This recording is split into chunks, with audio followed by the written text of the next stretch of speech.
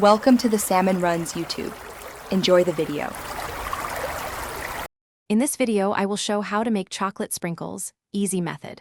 Start by melting chocolate gently over low heat or a double boiler until smooth, then spread it thinly on a silicone mat and chill it completely. Once firm, grate or finely chop the chocolate into tiny strands and gently toss with a light dusting of cocoa powder to stop sticking. Store sprinkles in an airtight container at room temperature and enjoy using them. Gather 8 ounces of your chosen chocolate and set up a silicone mat, grater, and a small bowl for cocoa dusting. Melt the chocolate slowly over low heat or in a double boiler to avoid burning and maintain a glossy texture. Pour the melted chocolate thinly and evenly onto the mat, aiming for one even layer for consistent sprinkles once chilled and grated. Chill thoroughly before proceeding to shape. If you are finding this video helpful, please subscribe and like.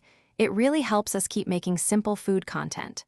Quick recommendation: bento box make meal prep easy with these leak-proof containers. They are great for storing homemade sprinkles and keeping ingredients fresh. Check the description for the link and other deals to grab one for yourself if you want. Thanks for the support. Now let's get back to the video. After chilling, work quickly but gently to grate or chop the chocolate into small sprinkle shapes that mimic store-bought pieces. If using a grater, press lightly and turn the sheet often to avoid flakes that are too large or uneven.